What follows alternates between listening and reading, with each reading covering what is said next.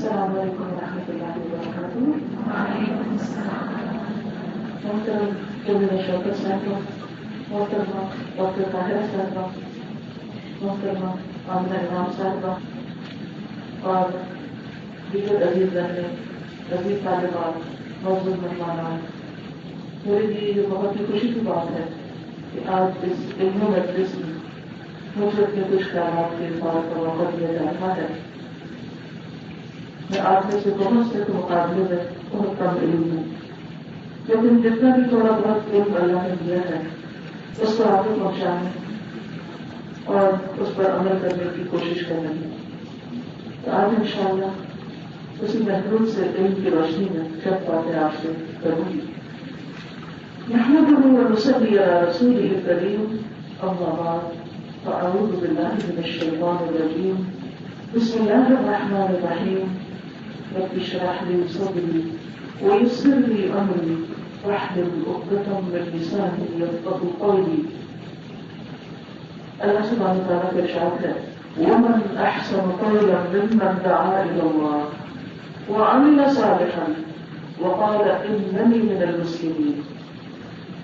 اس شخص سے اچھی بات اور کس کی ہو سکتی ہے جو اللہ کی طرف بلائے. ممن دعا إلى الله وعمل صالحا، اور خود بھی نیک عمل کرے. وقال إنني من المسلمين، اور کہے کہ بے شک میں مسلمانوں میں سے ہوں، میں مسلمان ہوں، یعنی اسے اپنے اسلام کا فخر ہو. دنیا میں بہت سی چیزوں کی طرف دعوت دی جاتی ہے، بلایا جاتا ہے، اور اس کام کے لیے لوگ دن رات صرف کرتے ہیں. لیکن اللہ رب العزت کی نگاہ میں سب سے معزز ترین کام، سب سے بہترین بات وہ بات ہے جس میں انسانیت کو اللہ سبحانہ وتعالیٰ سے جوڑا جائے، اللہ کی طرف دعوت دی جائے، اللہ کا بندہ بننے کی، اللہ کی عبادت کی، اللہ کی اطاعت کی. وہ عبادت جس کے لیے اللہ سبحانہ وتعالیٰ نے انسان کو پیدا کیا. وَمَا خَلَقْتُ الْجِنَّ وَالْإِنسَ إِلَّا لِيَعْبُدُونِ، کہ میں نے جن و انس کو اپنی عبادت کے لیے پیدا کیا. یعنی انسان اس دنیا میں جو کچھ کرے، لیکن جب تک وہ اللہ سبحانہ وتعالیٰ کی عبادت نہیں کرتا، اللہ کا بندہ نہیں بنتا، وہ اپنی زندگی کے مقصد کو پورا نہیں کرتا. اللہ سبحانہ وتعالیٰ نے آغاز سے ہی آدم علیہ السلام کو جب دنیا میں بھیجا، ان کو نبوت عطا کی. جہاں وہ تمام انسانوں کے بعد ہیں، وہاں دعوت کے کام کا آغاز بھی انہوں سے ہوا. انہوں نے اپنی ذمہ داری پوری کی، اور اس کے بعد پھر اللہ تعالیٰ نے دنیا میں مختلف رسول بھیجے جن کی تعداد 315 بتائی جاتی ہے. اور ہر بستی میں کوئی نہ کوئی خبردار کرنے والا ضرور آیا. وَإِن مِّن قَرْيَةٍ إِلَّا خَلَا فِيهَا نَذِيرٌ، کوئی بستی ایسی نہیں جس میں کوئی نہ کوئی خبردار کرنے والا نہ آیا ہو.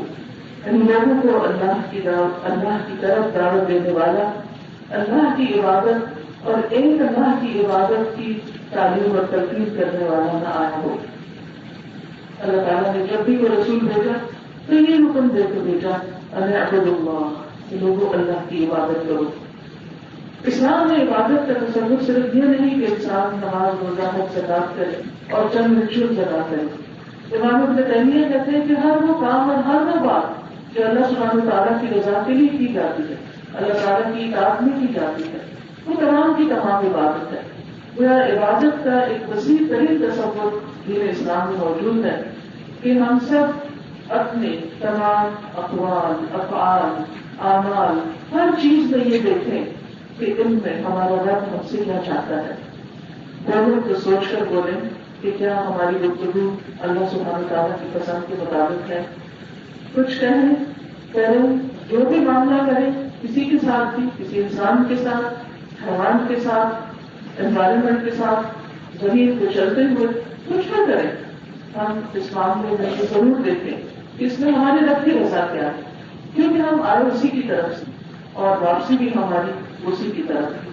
اور وہ دن دور نہیں جب میں اور آپ ہم سب ایک اللہ رب العزت کے سامنے کھڑے ہوں گے، حساب دینے کے لیے، جواب دینے کے لیے کہ ہم نے اپنی زندگیاں کس کام میں گزاری، ہم نے اپنی جوانی کہاں کپائی، ہم نے جو علم حاصل کیا اس پر عمل کتنا کیا، ہم نے مال کہاں سے کمایا اور کہاں پر لگایا، گویا ان تمام چیزوں کا جو جواب ہے اگر وہ اللہ سبحانہ وتعالیٰ کی مرضی کے مطابق ہے تو یہی عبادت ہے۔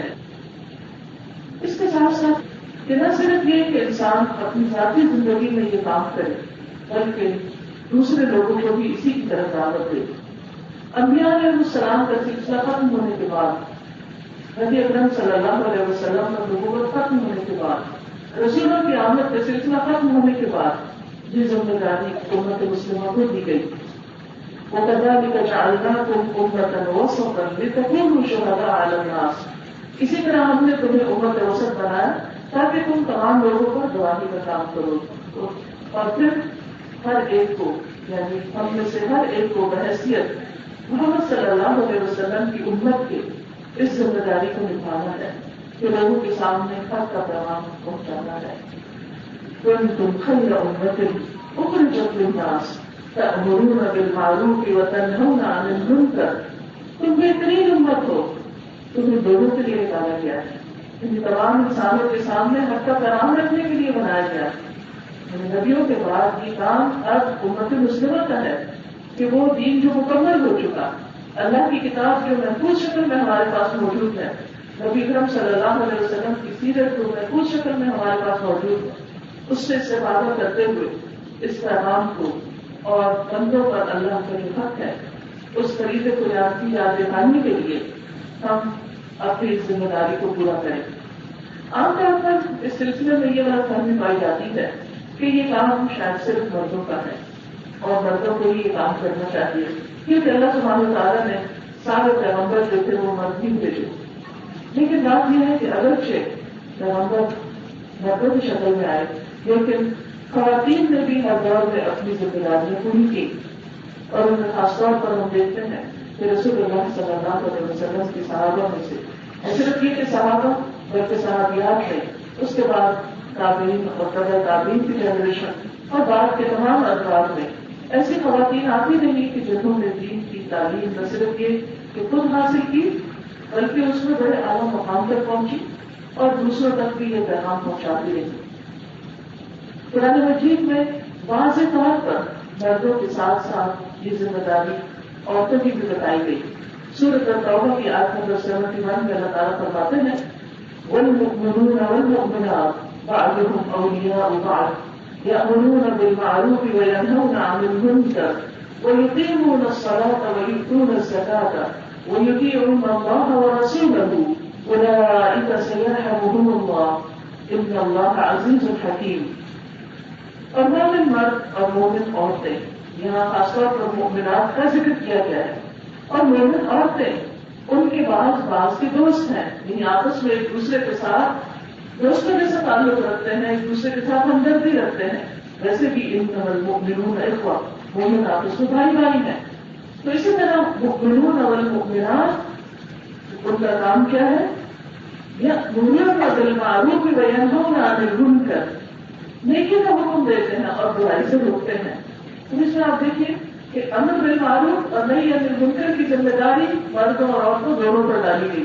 اس کے بعد فرمایا وَيُقِيمُونَ الصَّلَاةَ وَيُؤْتُونَ الزَّكَاةَ، وہ نماز ادا کرتے ہیں اور زکات ادا کرتے ہیں۔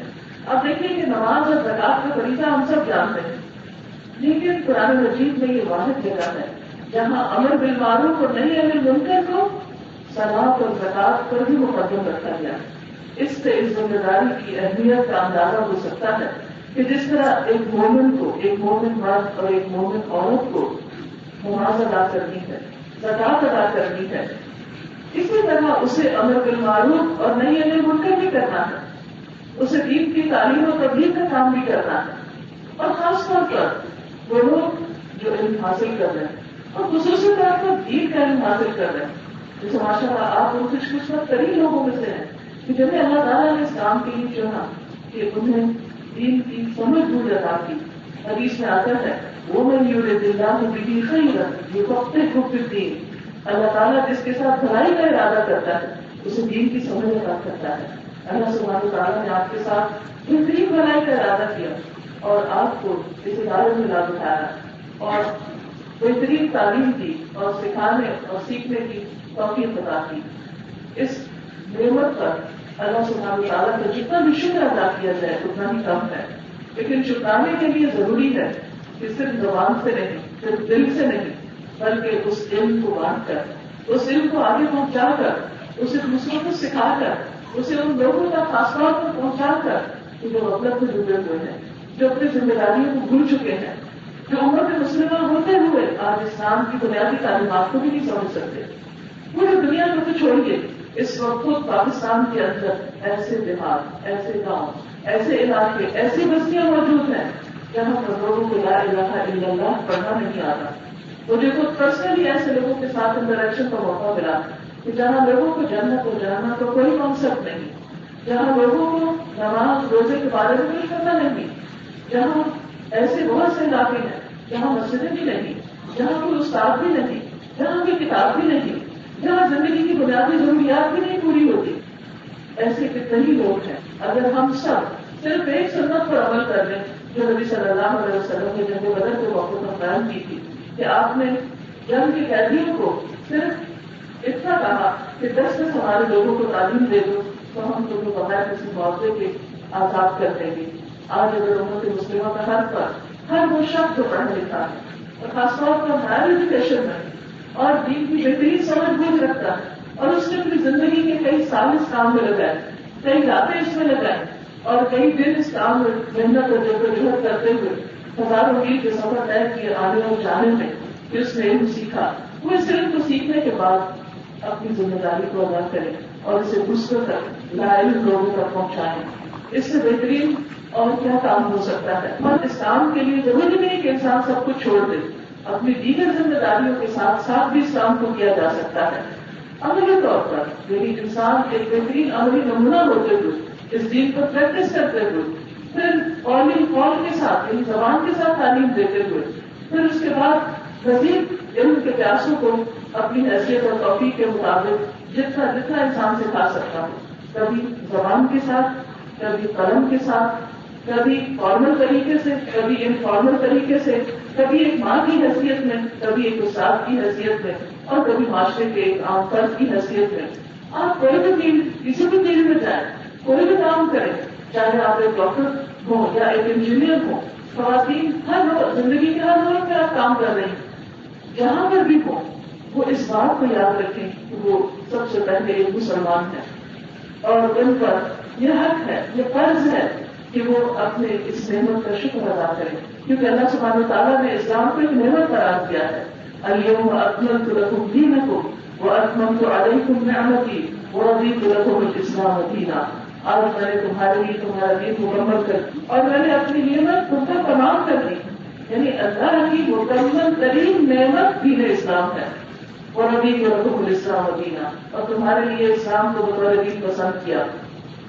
تو جس دین کو اللہ نے ہمارے لیے پسند کیا اس کو بطور دین اختیار کرنے میں بھی کسی قسم کی شرم اور کسی قسم کی کوئی جھجک محسوس نہیں ہونی چاہیے، اور کبھی بھی ہمارے دل میں کوئی کمزوری نہیں ہونا چاہیے. کبھی ہمارے اندر یہ خیال اور احساس نہیں پیدا ہونا چاہیے کہ شاید ہم کوئی کمزور درجے کا کام کر رہے ہیں. عام طور پر معاشرے کے اندر افسوس کے ساتھ یہ کہنا پڑتا ہے کہ بعض اوقات دین پڑھنے اور پڑھانے والوں، مسجدوں کی خدمت کرنے والوں، یہ دینی ادارے چلانے والوں، یہ دین کی تعلیم حاصل کرنے والوں کے بارے میں کچھ اچھے جذبات نہیں پائے جاتے. اس ٹرینڈ کو بھی کون چینج کر سکتا ہے؟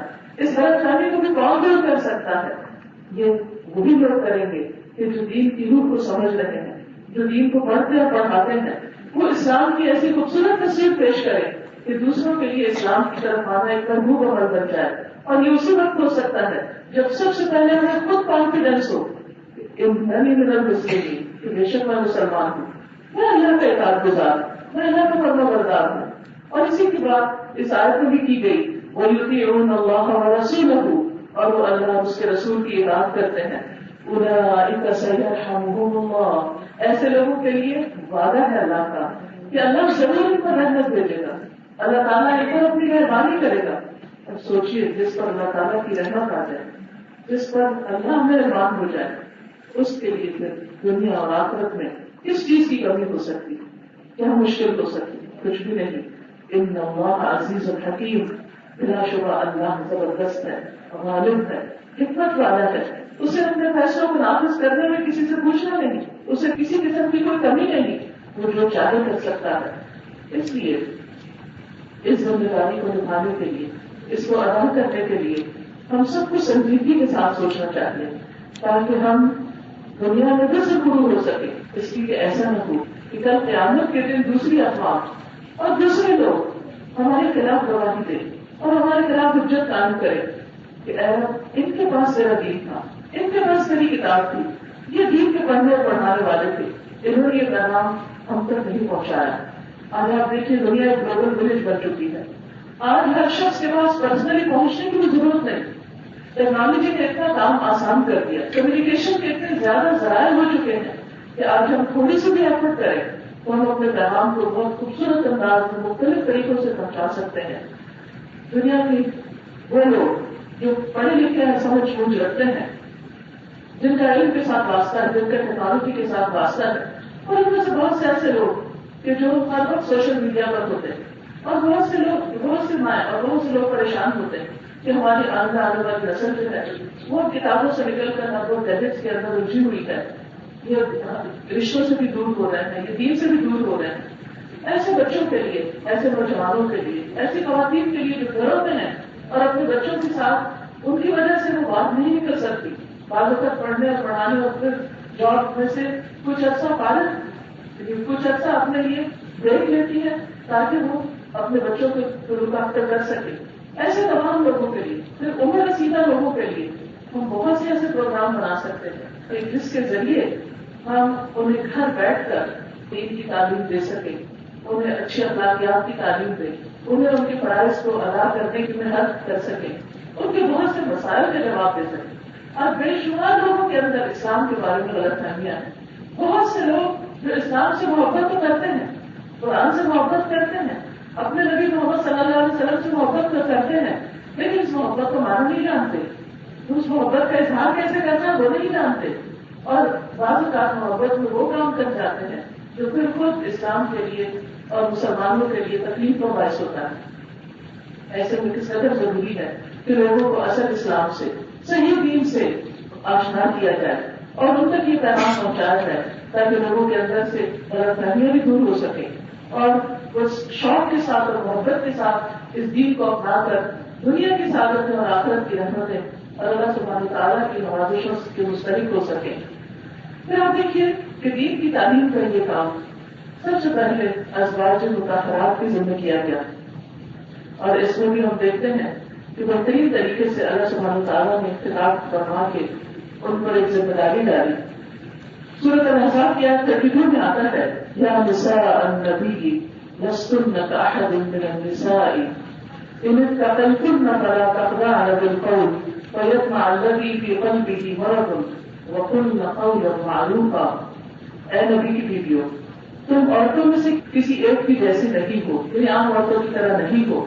اگر تقویٰ اختیار کرو تو بات میں نرمی نہ کرو، جس کے دل میں بیماری ہے کہیں وہ تمام کر بیٹھے، اور وہ بات کہو جو اچھی ہے، یعنی وہ بات ایسے نہ کرنا کہ جس سے کسی کے اندر کوئی خرابی پیدا ہو، بلکہ کیا کرنا، وَقُلْنَ قَوْلًا مَعْرُوفًا۔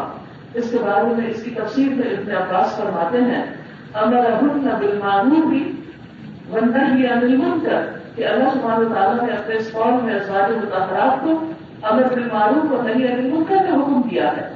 اسی طرح ایک اور آیت میں اللہ سبحانہ تعالیٰ فرماتے ہیں، سورۃ الاحزاب 33-34، وَقَرْنَ فِي بُيُوتِكُنَّ وَلَا تَبَرَّجْنَ تَبَرُّجَ الْجَاهِلِيَّةِ الْأُولَىٰ وَأَقِمْنَ الصَّلَاةَ وَآتِينَ الزَّكَاةَ وَأَطِعْنَ اللَّهَ وَرَسُولَهُ إِنَّمَا يُرِيدُ اللَّهُ لِيُذْهِبَ عَنكُمُ الرِّجْسَ أَهْلَ الْبَيْتِ وَيُطَهِّرَكُمْ تَطْهِيرًا وَاذْكُرْنَ مَا يُتْلَىٰ فِي بُيُوتِكُنَّ مِنْ آيَاتِ اللَّهِ وَالْحِكْمَةِ إِنَّ اللَّهَ كَانَ لَطِيفًا خَبِيرًا۔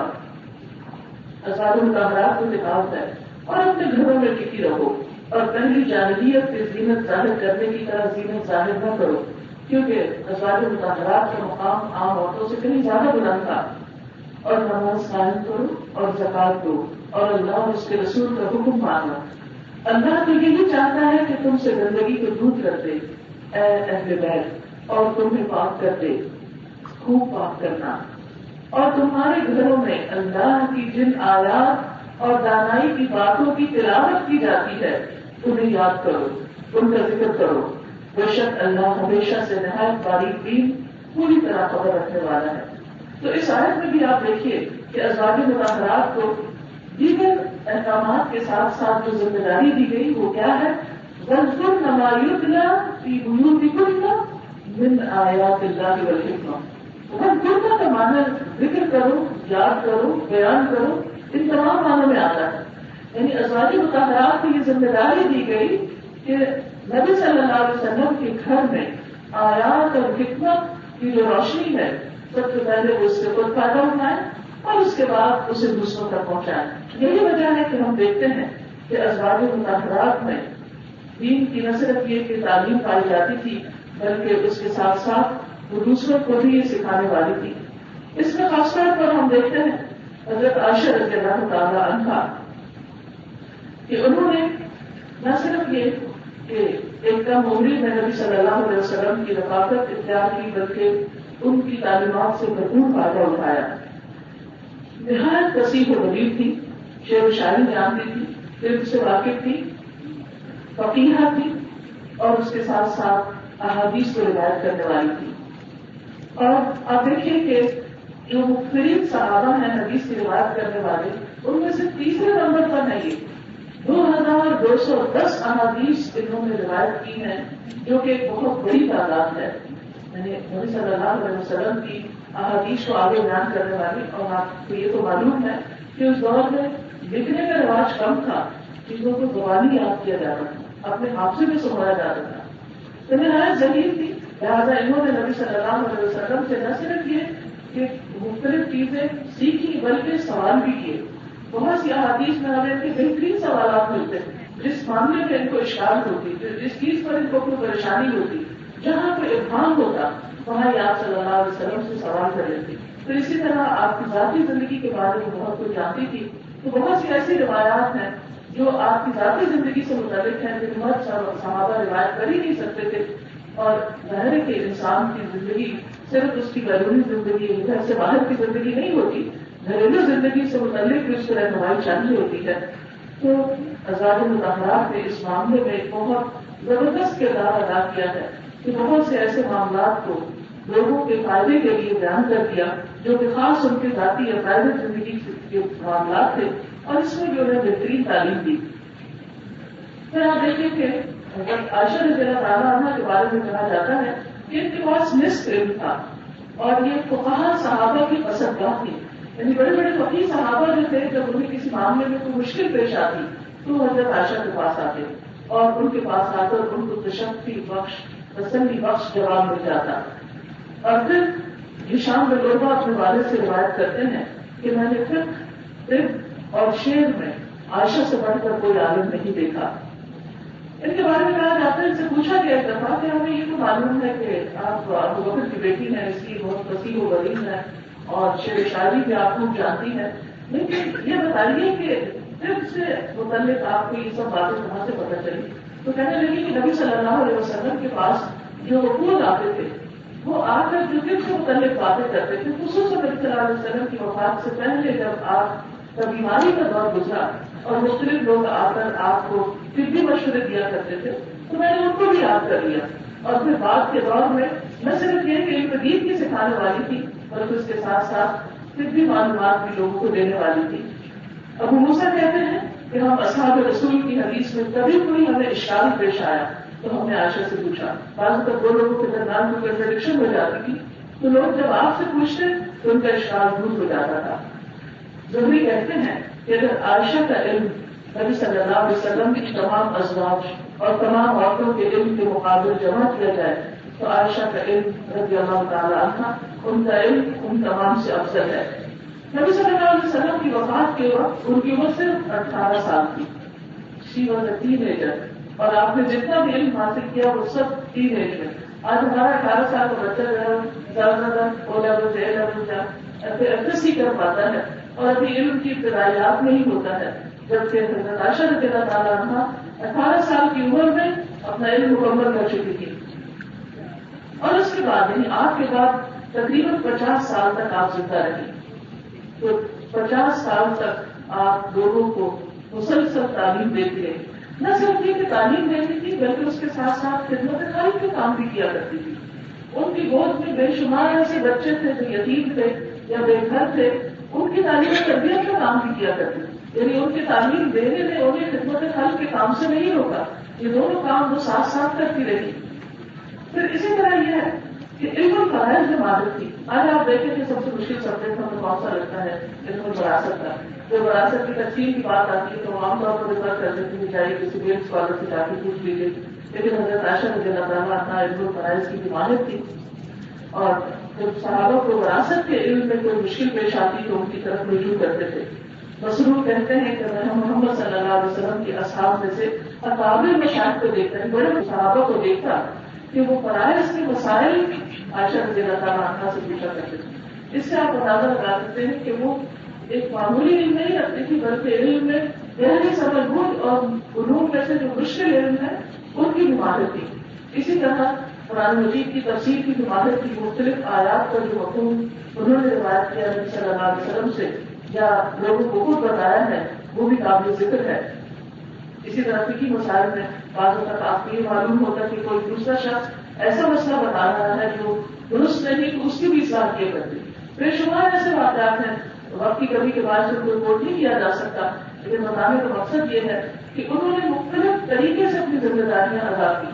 باقاعدہ تعلیم کے ذریعے بھی احادیث روایت کر کے, پھر اسی طرح لوگوں کے سوالوں کے جواب دے کر, لوگوں کو مختلف مقامات پر ان کی غلطیوں پر آگاہ کر کے, یعنی بہت ٹپیکل مائنڈ بھی تھی, اور جب ایسی کوئی بات سنتی تو اس کی اصلاح کر کے. مثلاً انہیں پتہ چلا کہ عبداللہ ابن عامر بن العاص عورتوں کو حکم دیتے ہیں کہ وہ پاک ہونے کے لیے جب غسل کریں تو اپنے سر کے بال کھولا کریں. انہوں نے کہا ابن عمر کا تعجب ہے, یہ عورتوں کو حکم دیتا ہے کہ جب وہ غسل کریں تو سر کے بال کھولیں, وہ یہ حکم کیوں نہیں دیتا کہ وہ اپنے سر کے بال مونج لیں. مجھے تھوڑا ناراض ہوئی. میں اور رسول اللہ صلی اللہ علیہ وسلم ایک ہی برتن سے غسل کرتے تھے, اور میں اس سے زائد کچھ نہیں کرتی تھی کہ اپنے سر پر 3 دفعہ پانی ڈال دیتی. یعنی 3 دفعہ پانی ڈال دیتی, ان بالوں کو کوئی طرح باقاعدہ بہت لمبا چوڑا دھونا نہیں تھا بلکہ پانی پہنچانا مقصود تھا. اسی طرح آپ صلی اللہ علیہ وسلم کے بعد امر بالمعروف اور نہی عن المنکر کا کام بھی کرتی رہی. مختلف مواقع پر جب لوگوں کے ساتھ انٹریکشن ہوتا, ایک موقع پر انہوں نے کچھ بچیوں کو دیکھا کہ انہوں نے دوپٹے کے بغیر ہی نماز پڑھی. انہیں آپ نے بتایا کہ جب عورت بالغ ہو جائے تو اس کے سر کے بال ڈھکے ہوئے ہونے چاہیے اور دوپٹے کے ساتھ اس کو نماز پڑھنی چاہیے, کیونکہ آپ صلی اللہ علیہ وسلم ایک منظر تشریف لائے اور آپ نے ایک کپڑا دیا انہیں سلمہ کو کہ وہ اپنے لیے اور اپنی بیٹی کے لیے جو بالغ ہو چکی ہے ان کے لیے دوپٹہ بنائے. پھر اسی طرح ایک مرتبہ آپ نے دیکھا کہ قریش کے کچھ نوجوان جو ہیں وہ میدان میں ہنس رہے ہیں, ہنسی مذاق کر رہے ہیں. حضرت عائشہ نے دیکھا تو بولی کہ تم یہ کیا کر رہے ہو, کیوں ہنس رہے ہو؟ وہ کہہ رہے ہیں کہ بڑا آدمی خیمے کی رسی سے گر پڑا ہے اٹک کے, اور اس کی گردن یا اس کی آنکھ جاتے جاتے بچی. تو حضرت عائشہ نے فرمایا کہ تم مت ہنسو, میں نے رسول اللہ صلی اللہ علیہ وسلم سے سنا ہے آپ نے فرمایا کہ جس مسلمان کو کوئی کانٹا یا کانٹے سے بڑھ کر کوئی چیز لگ گئی تو اس کے بدلے میں اس کے لیے ایک درجہ لکھ دیا جاتا ہے اور اس کا ایک گناہ مٹا دیا جاتا ہے. تو ایسے شخص کو جس کا درجہ بڑھ رہا ہے اور جس کا گناہ مٹ رہا ہے تو اس کا مقابلہ ہے. اسی طرح ہم دیکھتے ہیں کہ ام سلمہ رضی اللہ تعالیٰ عنہا کی فقیہ صحابیہ تھی. ابن القیم الجوزی کہتے ہیں کہ اگر ان کے فتاویٰ کو جمع کیا جائے تو ایک کتاب بن جائے. اور فقیہ صحابیہ ہونے کا مطلب یہ کہ وہ صرف علم کو روایت کرنے والی نہیں تھی بلکہ اس میں گہری سمجھ بوجھ رکھنے والی تھی. انہوں نے بھی نبی صلی اللہ علیہ وسلم سے کافی احادیث روایت کی, اور ان سے بہت سے صحابہ اور تابعین نے بھی آگے احادیث روایت کی. ان کی احادیث کی تعداد 101 تک پہنچتی ہے, جن میں سے 23 خواتین بھی ہیں. یعنی ان سے لینے والے نہ صرف یہ کہ مرد حضرات ہیں بلکہ خواتین بھی ہیں. یہاں ایک بات قابل ذکر ہے کہ حضرت عائشہ ہو یا ام سلمہ ہو یا دیگر ازواج ہو, ان کی تعلیم کا اثر صرف عورتوں تک نہیں رہا بلکہ دائرہ وسیع تھا. مردوں کو بھی انہوں نے سکھایا اور جس کو فائدہ پہنچا سکتی تھی پہنچایا. آج ہمارے ایک بہت بڑی غلط فہمی یہ بھی پائی جاتی ہے کہ عورت کا دائرہ کار جو ہے تعلیم میں ہو یا کسی اور چیز میں وہ صرف یا تو اس کے گھر کے اندر ہے یا وہ صرف خواتین کے اندر ہے.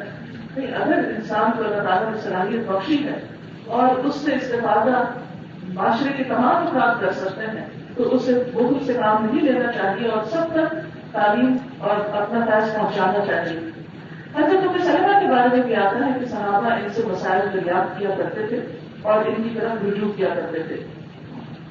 ابو سلمہ بن عبد الرحمن اور ابن عباس رضی اللہ عنہ دونوں ابو ہریرہ رضی اللہ عنہ کے پاس اکٹھے ہوئے اور وہ دونوں اس عورت کا ذکر کرنے لگے جس کو اپنے شوہر کی وفات سے چند راتوں کے بعد وفات شروع ہو جائے. پہلے اس کی عدت شروع ہو چکی ہے.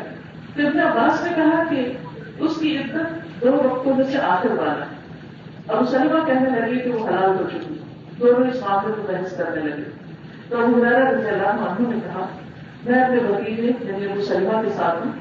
اس کے بعد انہوں نے اس مسئلے کی تحقیق کے لیے ابن عباس کے آزاد کردہ غلام قریب کو ام سلمہ کے پاس بھیجا.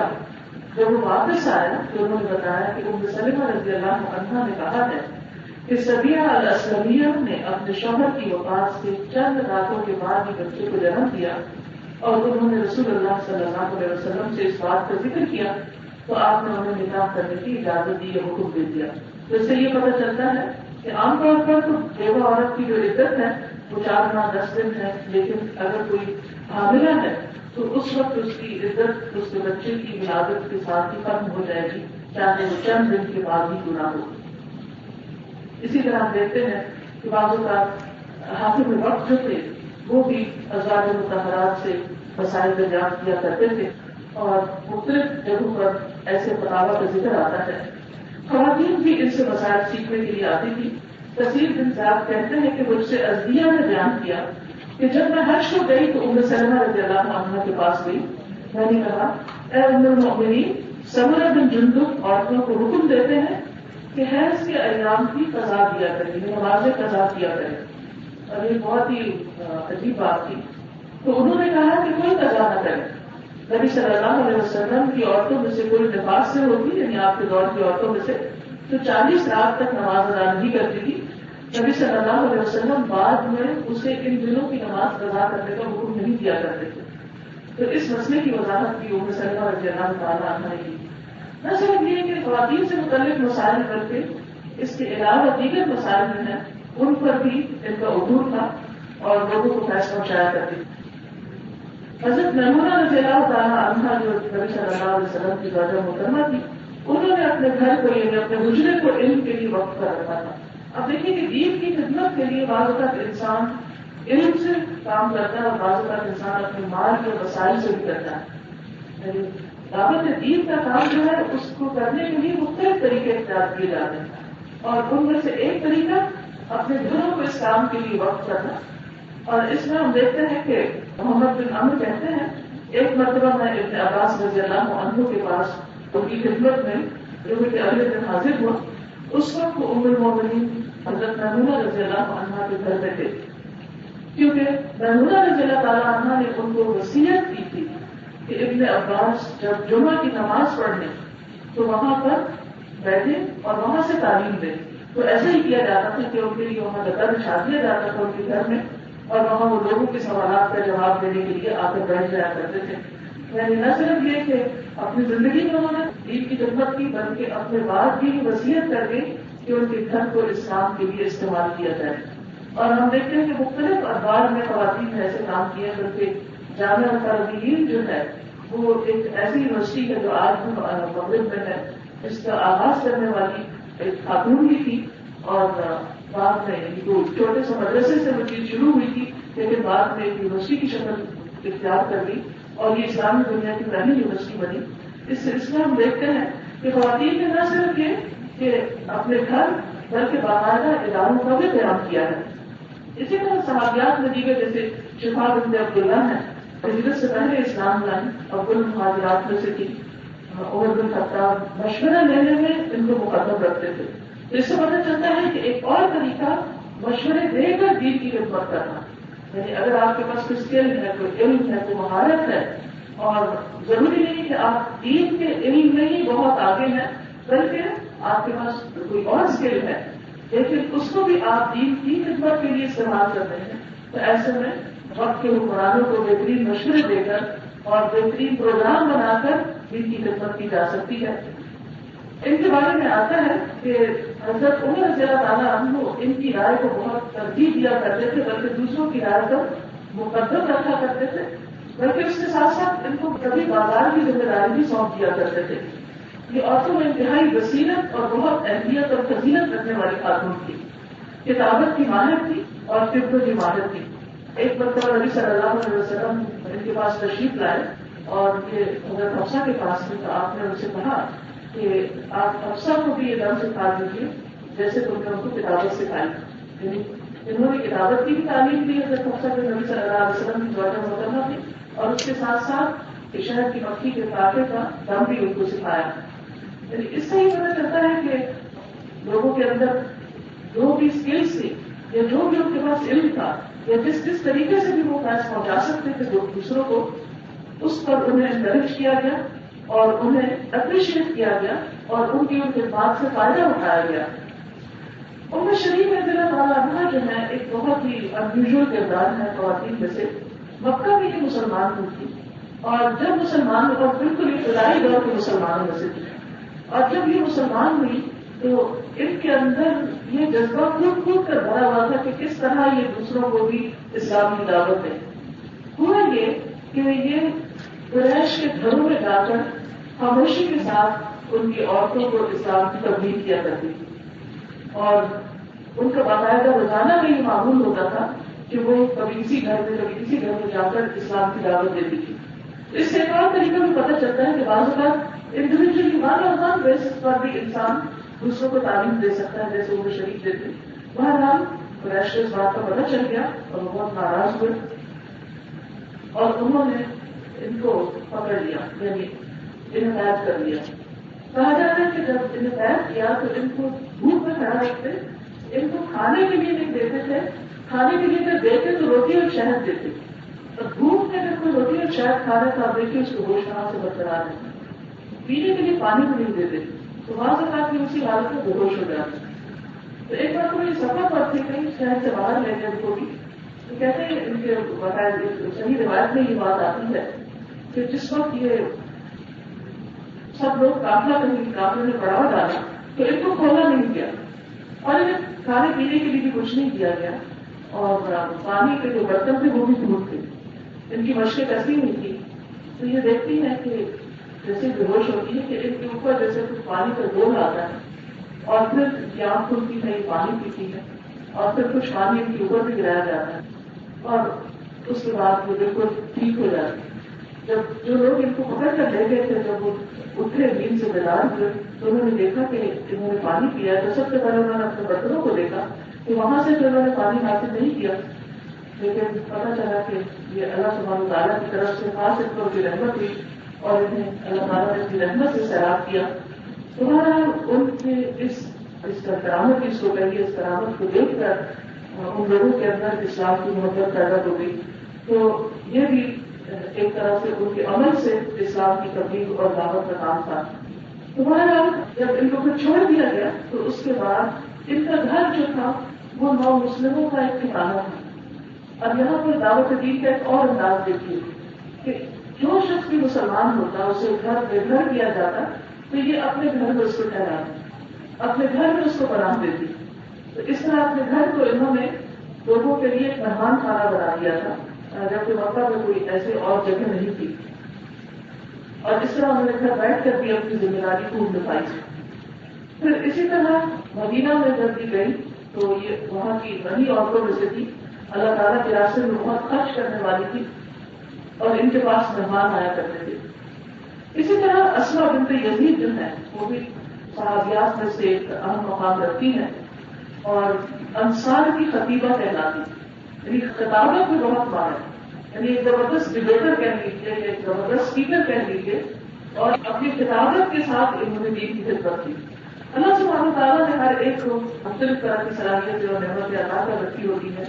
تو جب ہم مختلف کرداروں کو تاریخ میں دیکھتے ہیں تو ہر ایک کا دین کی تبلیغ اور تعلیم اور آگے اس کو بڑھانے اور پھیلانے کا مختلف انداز ہے. یعنی مجھے یہ لگتا ہے کہ ہر شخص جس طرح کی جو صلاحیت رکھتا ہے اسے اپنے رب کی راہ میں، اپنے دین کی راہ میں خرچ کرے. تو بہرحال انہوں نے اپنی کتابت کے ذریعے دین کی خدمت کی. اسی طرح انہیں قرآن کی مختلف قراءتوں کا بھی علم تھا، یعنی قرآن کی بھی ماہر تھی. اسی طرح ام سلیم رضی اللہ تعالیٰ عنہ کا واقعہ ایک اور عجیب واقعہ ہے. جب ان کے شوہر مالک نے ان کو چھوڑ دیا اور بعد میں ابو طلحہ نے پھر اس کے بعد ان کی وفات بھی ہو گئی، تو ان کو ابو طلحہ انصاری نے نکاح کا پیغام دیا. ابو طلحہ انصاری مدینہ کے مالدار ترین لوگوں میں سے تھے. ان کے بڑے بڑے باپ تھے. جب یہ آج نازل ہوئی لن تنالوا البر حتی تنفقوا مما تحبون، تم نیکی کو اس وقت تک پہنچ ہی نہیں سکتے جب تک تم وہ خرچ نہ کرو جس سے تم محبت رکھتے ہو. تو انہوں نے نبی صلی اللہ علیہ وسلم کی خدمت میں آ کر اپنا وہ باغ وقف کر دیا جس میں نبی صلی اللہ علیہ وسلم تشریف لے جایا کرتے تھے اور وہاں کے کنویں کا میٹھا پانی پیا کرتے تھے. اور کہا جاتا ہے کہ اس باغ میں 600 کھجور کے درخت تھے. اس سے اندازہ ہو سکتا ہے کہ ابو طلحہ کا مقام کیا تھا مدینہ کے اندر. لیکن اس وقت تک کبھی مسلمان نہیں ہوئے تھے جب انہوں نے ام سلیم رضی اللہ تعالیٰ عنہ کو نکاح کا پیغام بھیجا. ام سلیم کہتی ہے کہ ابو طلحہ میں ایک مسلمان عورت ہوں اور تم شرک کرتے ہو اور ان بتوں کو پوچھتے ہو جو قرآن بڑھائی قرآن درخت کو کاٹ کر اپنے ہاتھ سے بناتا ہے اور پھر تم ان کے آگے جھکتے ہو، تو میں تم سے نکاح نہیں کر سکتی. ہاں ایک شرط ہے، اگر تم مسلمان ہو جاؤ تو میرا مہر تمہارا اسلام ہوگا. یعنی میں تم سے کسی مال کا مطالبہ نہیں کرتی، تم مسلمان ہو جاؤ تو میں تم سے شادی کر دوں گی. اور ان کی دعوت پر وہ مسلمان ہو گئے اور واقعی ان کا مہر اسلام تھا اور انہوں نے اتنے مالدار شخص سے کسی قسم کا کوئی مال وصول نہیں کیا. یہ بھی اسلام کی تعلیم اور تبلیغ کا ایک انوکھا اور نرالا انداز ہے کہ انسان اپنے حقوق سے دستبردار ہو کر ترغیب دے اور دوسروں کو اسلام کی طرف دعوت دے. پھر اسی طرح ان کی ایک خاص خوبی یہ تھی کہ انہوں نے اپنے بچے انس کو ابتدائی دور میں ہی اسلام سکھانا شروع کیا. ان کے پہلے شوہر مالک جو تھے وہ مسلمان نہیں تھے بلکہ انہیں اسلام سے ضد اور اناد تھا. تو یہ اپنے بچے کو لا الہ الا اللہ سکھاتی تھی جو وہ بالکل چھوٹا تھا. مالک کو جب پتا چلتا تو وہ بہت ناراض ہوتے کہ تم میرے بچے کو بگاڑ رہی ہو. وہ تو مسلمان نہیں تھے تو ان کو بھی ناراض ہوتے تھے، لیکن انہوں نے اس بات کی پرواہ نہیں کی اور اپنے بچے کو اسلامی خطوط پر تربیت دیتی رہی. جب انس 10 سال کے ہو گئے تو وہ لکھنا بھی جانتے تھے. نبی صلی اللہ علیہ وسلم کے پاس ہاتھ پکڑ کر لے آئے، کہنے لگی اے اللہ کے رسول صلی اللہ علیہ وسلم، میرا یہ بیٹا لکھنا جانتا ہے، آپ اس سے کام لیجیے اور یہ آپ کی خدمت کے لیے میں وقت کرتی ہوں. تو جب تک نبی صلی اللہ علیہ وسلم زندہ رہے انس ان کے گھر کے فرد کی طرح ان کی خدمت میں لگے رہے. اور حضرت انس کو نبی صلی اللہ علیہ وسلم نے بہت دعائیں بھی دی جس پر ان کی عمر بھی بہت لمبی ہوئی اور 100 سے زیادہ انہوں نے اپنی نسل کے بچے دیکھے دنیا میں آپ کی دعاؤں کی وجہ سے. اور ان کے جو باغ تھے وہ سال میں 2 پھل لایا کرتے تھے اور یہ اس سارے عمر کی برکت تھی جو ان کا وقت نبی صلی اللہ علیہ وسلم کے ساتھ گزرا اور آپ کی خدمت میں اور آپ کی دعاؤں کے ساتھ. اب یہاں عورت ایک اور طریقے سے دین کی خدمت کر رہی ہے اور وہ ہے اپنے بچوں کو دین سکھا کر دین کے کام کے لیے وقت کرنا. کیونکہ الحمدللہ عورت کے پاس جو اللہ سبحانہ تعالیٰ نے ایک خاص ذمہ داری رکھی اور امانت رکھی ہے بچوں کی شکل میں، ان کی بہترین تربیت کر کے ان کو تعلیم دے کر آگے بڑھانے کا کام جو ہے یہ بھی دین کی ایک بہترین خدمت ہے. یعنی عورت خود بھی کام کر سکتی ہے اور اپنے اچھے نمونے کے ساتھ اپنے بچوں کو بھی دین کی خدمت کے لیے وقف کر سکتی ہے. اسی طرح صحابہ جو تھے ام سلیم سے بھی بہت سے سوال پوچھا کرتے تھے، مشورے دیا کرتے تھے. اسی طرح ام عطیہ کی خدمات بھی بہت ہیں. ام عطیہ بھی ہمارے لیے ایک رول ماڈل ہے. انہوں نے 7 غزوات میں حصہ لیا تھا اور خیموں میں رہ کر مجاہدین کی خدمت کرتی تھی. لیکن اس کے بعد بصرہ میں ان کی علمی مجلسیں ہوا کرتی تھی. یعنی نبی صلی اللہ علیہ وسلم کی وفات کے بعد یہ اور شہروں میں بھی جاتی تھی. جب بصرہ میں آتی تو باقاعدہ وہاں پر لوگوں کو تعلیم دیا کرتی تھی. حفصہ بنت سیرین کہتی ہے کہ ہم اپنی گواری جوان بچوں کو عیدگاہ جانے سے روکتی تھی. پھر ایک عورت آئی اور بڑی خرچ کے محل میں ہوتی اور انہوں نے اپنی بہن ام عطیہ کے حوالے سے بیان کیا جن کے شوہر نبی صلی اللہ علیہ وسلم کے ساتھ 12 غزوات میں تھے اور خود ان کی بہن ام عطیہ جو تھی 6 غزوات میں نبی صلی اللہ علیہ وسلم کے ساتھ تھی. انہوں نے کہا کہ جب ام عطیہ حدیث بیان کرتی تھی تو کہتی تھی میرے ماں باپ آپ پر فدا ہوں، نبی صلی اللہ علیہ وسلم پر. پھر آپ سے حدیث روایت کرتی کہتی کہ آپ نے تعلیم دی کہ عورتوں کو عیدگاہ میں جانا چاہیے اور اگر ان کے پاس چادر نہ ہو تو اپنی سہیلی کی چادر سے چلی جائیں. لیکن یہ کہ ایسے موقع پر مسلمانوں کے اجتماع کو دیکھیں اور ان کی دعا میں شریک ہوں. اور حائضہ عورت بھی، یعنی کہ نہ صرف یہ کہ عام بچیاں نوجوان بچیاں بلکہ حائضہ لڑکیاں جو ہے جنہیں نماز نہیں پڑھنی وہ بھی جا کر دعا میں شریک ہوں. حفصہ کہتی ہے کہ میں نے پوچھا کہ کیا حائضہ بھی؟ تو انہوں نے فرمایا کہ کیا وہ عرفات میں اور گناہ جگہ نہیں جاتی؟ یعنی وہ بھی تو مقدس مقامات ہیں، اگر وہاں جا سکتی ہے تو عیدگاہ کیوں نہیں جا سکتی؟ پھر اسی طرح ام سعد انصاریہ جو ہے ان کا تدبیر قرآن میں حصہ ہے، یعنی علمی خدمت کے ذریعے بہت سی خواتین جن کو اللہ تعالیٰ نے علم کیا ہے اور تحقیقی کام سے وابستہ کیا ہے، وہ اپنے لیے بہترین آثار چھوڑ سکتی ہے، کیونکہ انسان کے فوت ہونے کے بعد اس کے اپنے عمل تو ختم ہو جاتے ہیں. 3 چیزیں باقی رہتی ہیں جس میں نیک اولاد جو دعائیں کرے، دوسرے علم جس سے لوگ فائدہ اٹھائیں. وہ کون سا علم ہے جو مرنے کے بعد بھی جس سے لوگ فائدہ اٹھا سکتے ہیں؟ وہ کتابوں کی شکل میں لکھا ہوا علم ہے، مدون علم ہے. تو جن خواتین کو اللہ سبحانہ تعالیٰ نے لکھنے کی صلاحیت بخشی ہے، وہ اپنے اس ٹیلنٹ کو، اپنی صابریت کو ضائع نہ کریں اور اپنے لیے ایسے آسان چھوڑ کر جائیں کہ جو ان کے مرنے کے بعد بھی ان کو فائدہ دے. اور تیسری چیز مال خرچ کرنا. اگر آپ بزنس کرتے ہیں یا آپ کسی بھی طرح کماتے ہیں تو اپنے مال کو اللہ کے دین کی خدمت میں لگائیں تاکہ وہ آپ کے لیے بعد میں صدقہ جاریہ بنے. ربیہ بنت معوذ جو ہے ایک اور صحابیہ ہے، وہ بھی نبی صلی اللہ علیہ وسلم کے ساتھ مختلف جگہوں پر جاتی رہی، غزوات وغیرہ میں جاتی رہی اور زخمیوں کی اور دوسرے لوگوں کی خدمت کرتی تھی. یہ بھی دین کی خدمت کا ایک اور انداز ہے جس میں صحابیات نہ صرف یہ کہ یہ تو بلکہ اور صحابیات کا نام بھی ملتا ہے، تو خصوصاً حضرت رفیدہ کا نام ملتا ہے جن کا مسجد نبی کے پاس ایک خیمہ تھا جس میں وہ زخمیوں کا علاج کیا کرتی تھی. غزوات میں بھی جاتی اور وہاں بھی علاج کرتی تھی. اور آپ دیکھیے کہ بعض اوقات آپ فرنٹ لائن پر خود نہیں ہوتے، لیکن جو لوگ آگے ہوتے ہیں ان کی خدمت کر کے، ان کی مدد کر کے. بعض اوقات آپ کو دین کا علم بہت نہیں ہوتا، کوئی اور علم کسی میں آپ کی بہت مہارت ہو سکتی، قابلیت ہو سکتی ہے، تو اس کے ذریعے، اس اسکل کے ذریعے، اس مہارت کے ذریعے آپ ایسے لوگوں کی خدمت اور مدد کر سکتے ہیں جیسے انہوں نے علاج معالجے کے ذریعے کام کیا. پھر اسی طرح انصار کی عورتیں دیگر کی بہت علم کی مریض تھی. بعض خواتین نے اپنے پورے قبیلے کو مسلمان کیا، بعض خواتین خود باہر نکل کر ایسا کام کرتی تھی. نبی صلی اللہ علیہ وسلم کے بعد کے اخبار میں بھی ہم دیکھتے ہیں کہ خواتین دین کی تعلیم اور تبلیغ کا کام کرتی رہی، جن میں خاص طور پر حفصہ بنت سیرین کا نام لیا جاتا ہے. قیاس بن معاویہ کہتے ہیں کہ میں نے کسی ایک کو بھی نہیں پایا جس کو میں حفصہ پر ترجیح دے سکوں. اور ابن ابو داؤد کہتے ہیں کہ انہوں نے 12 سال کی عمر میں قرآن پڑھ لیا تھا اور صرف قرآن کو پڑھتی ہی نہیں تھی، اس کے احکام بھی جان لیے تھے، خوب سمجھ کر پڑھ لیا تھا. اور پھر ان کتابیات نے صحابہ اور صحابیات سے جو علم حاصل کیا اسے آگے پہنچایا. پھر اس میں خاص طور پر حضرت آمنہ بنت عبد الرحمان کا نام ملتا ہے، جن کے بارے میں کہا جاتا ہے کہ وہ علم کا ایسا سمندر تھی جو کبھی خشک نہ ہو، جو پورے کو پورا حاصل نہ کیا جا سکے، یعنی اس سے جتنا بھی سیکھا جائے اتنا ہی کم ہے. سیر اعلام النبلاء میں ذہبی نے تو عالمہ، فقیہہ، حجہ اور بہت زیادہ علم رکھنے والی کا خطاب دیا ہے. پھر اسی طرح ابن شہاب الزہری قاسم بن محمد سے روایت کرتے ہیں جو مدینہ کے فقہاء میں سے تھے. انہوں نے مجھ سے کہا کہ اے لڑکے، میں تمہیں علم حاصل کرنے کا بہت شوقین دیکھتا ہوں، کیا میں علم کے خزانے کی طرف تمہاری رہنمائی نہ کروں؟ میں نے کہا کیوں نہیں؟ کہا تم امرہ کی مجلس کو لازم کر لو. اور امرہ جو تھی حضرت عائشہ کی براہ راست شاگردہ تھی اور ان کی کفالت میں بھی تھی، یعنی حضرت عائشہ نے ان کو پالا بڑا کیا، تعلیم دی. وہ کہتے ہیں کہ ان کے پاس کیا تو میں نے ان کو علم کا سمندر پایا جس کا سارا پانی نکالا نہیں جا سکتا، یعنی ان کے پاس اتنا کچھ سیکھنے کو تھا کہ جو ختم نہیں ہوتا تھا. اسی طرح امرۃ الواحد بنت حسین ہے، فرائض، حساب اور نحو کی عالمہ تھی. آج اکثر بچوں کو جو دین کا علم حاصل بھی کرتی ہے تو بات کرتے تھی سر کو نامہ بہت مشکل ہے، گرامر بہت مشکل ہے، سب کچھ آتا یہ نہیں آتا.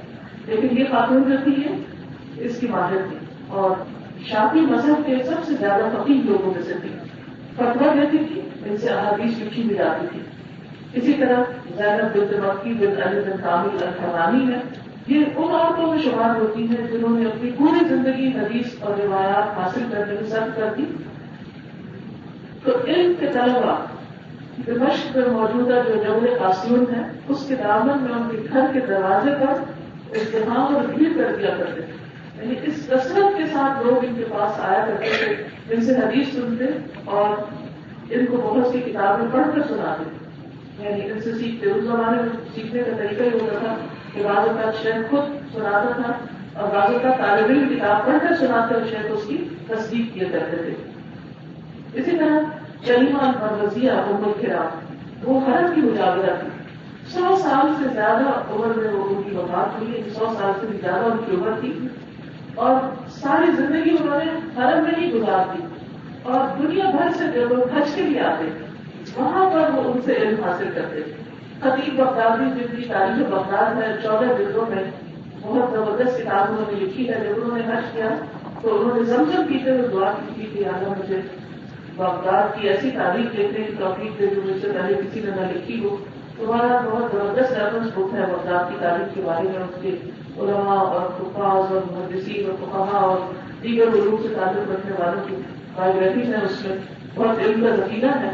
بہرحال وہ جب مکہ گئے حج کے لیے تو انہوں نے کریمہ المروزیہ کے پاس 3 دن میں پوری بخاری پڑھی، یعنی صبح سے لے کر رات تک، پھر صبح پھر اسی طرح پوری کتاب ان کے سامنے پیش کی اور ان سے سند حاصل کی.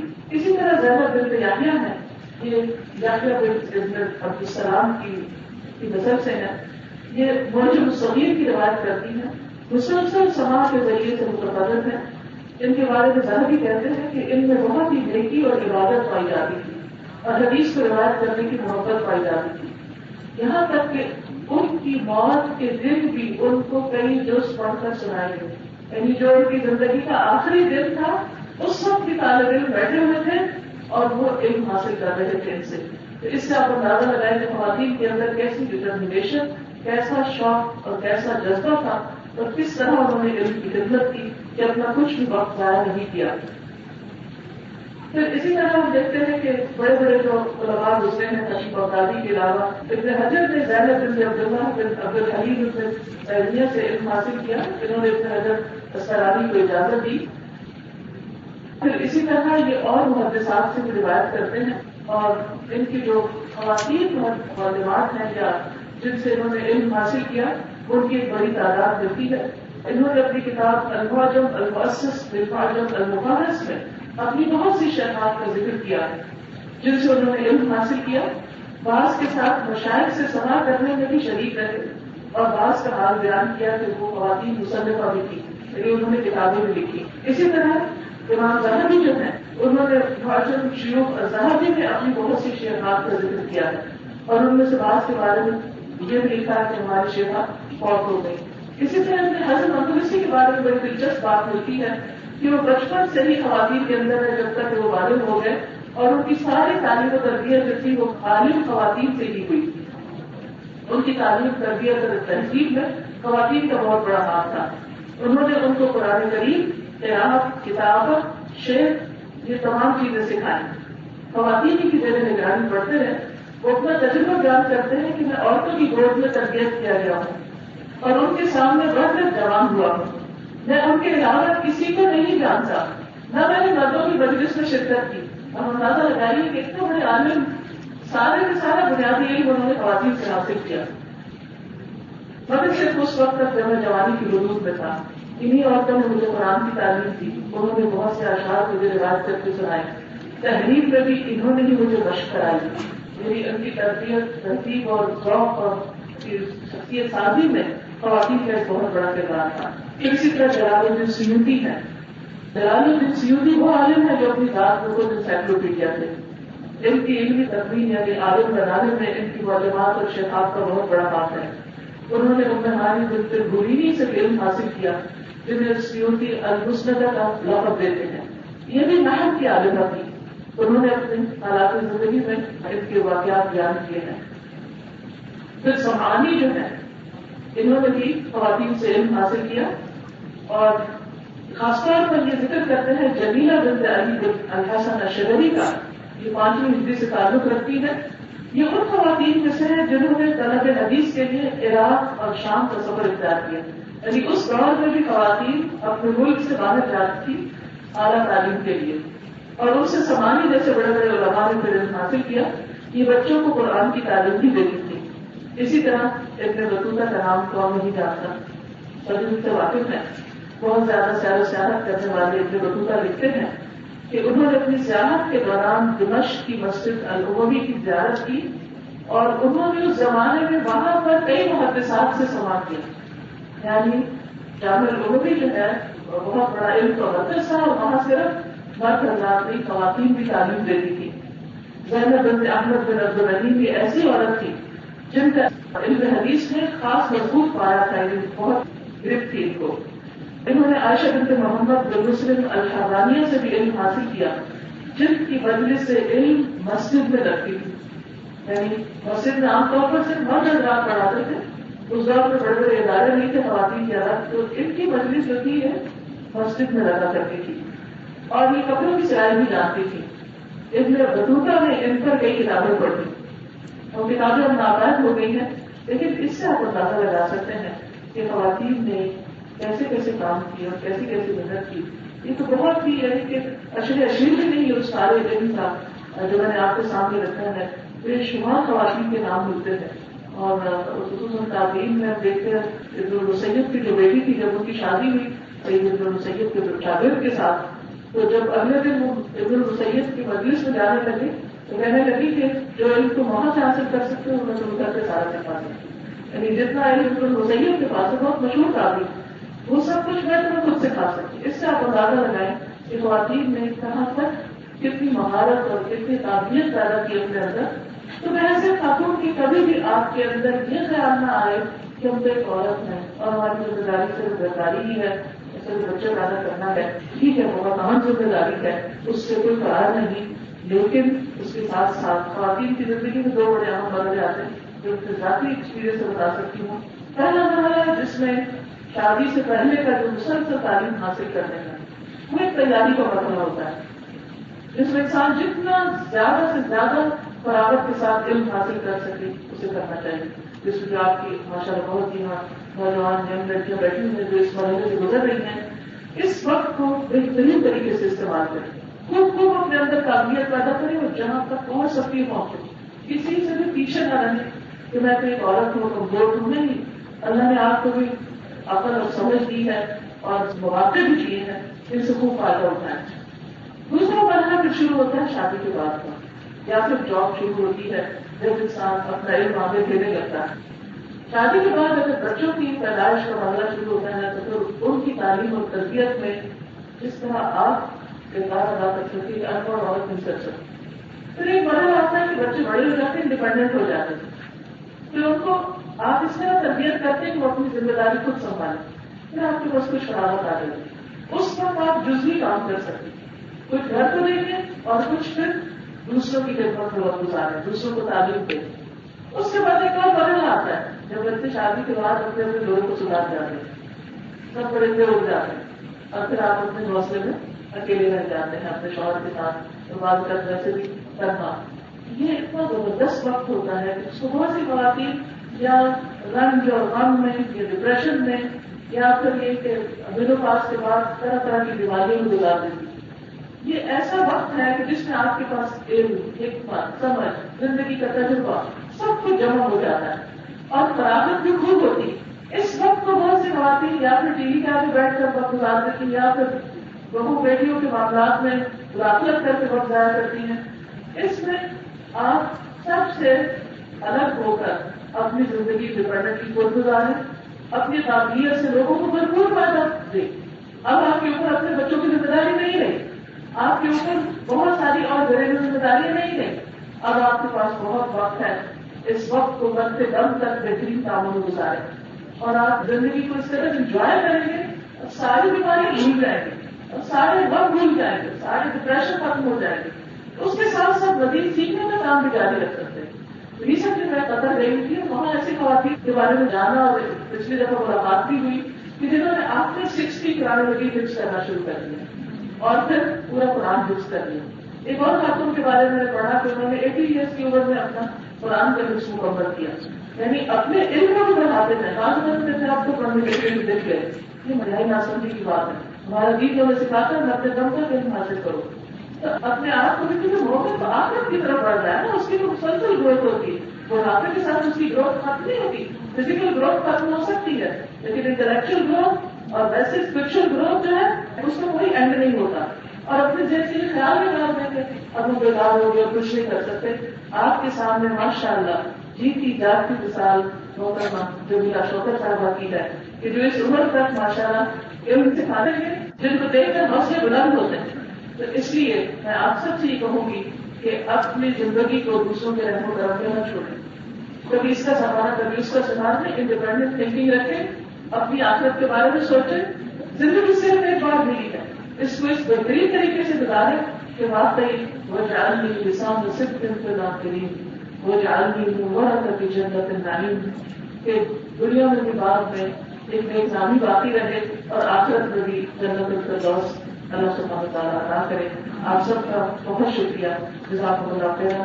میں آپ کی بہت شکر گزار ہوں شعبہ علوم اسلامیہ کی اور یہاں کی انتظامیہ کی. اللہ تعالیٰ کو بہترین جزا دے جنہوں نے مجھے آج موقع دیا کہ میں اپنے دل کی چند باتیں آپ کے ساتھ کر سکوں. السلام علیکم و رحمۃ اللہ وبرکاتہ.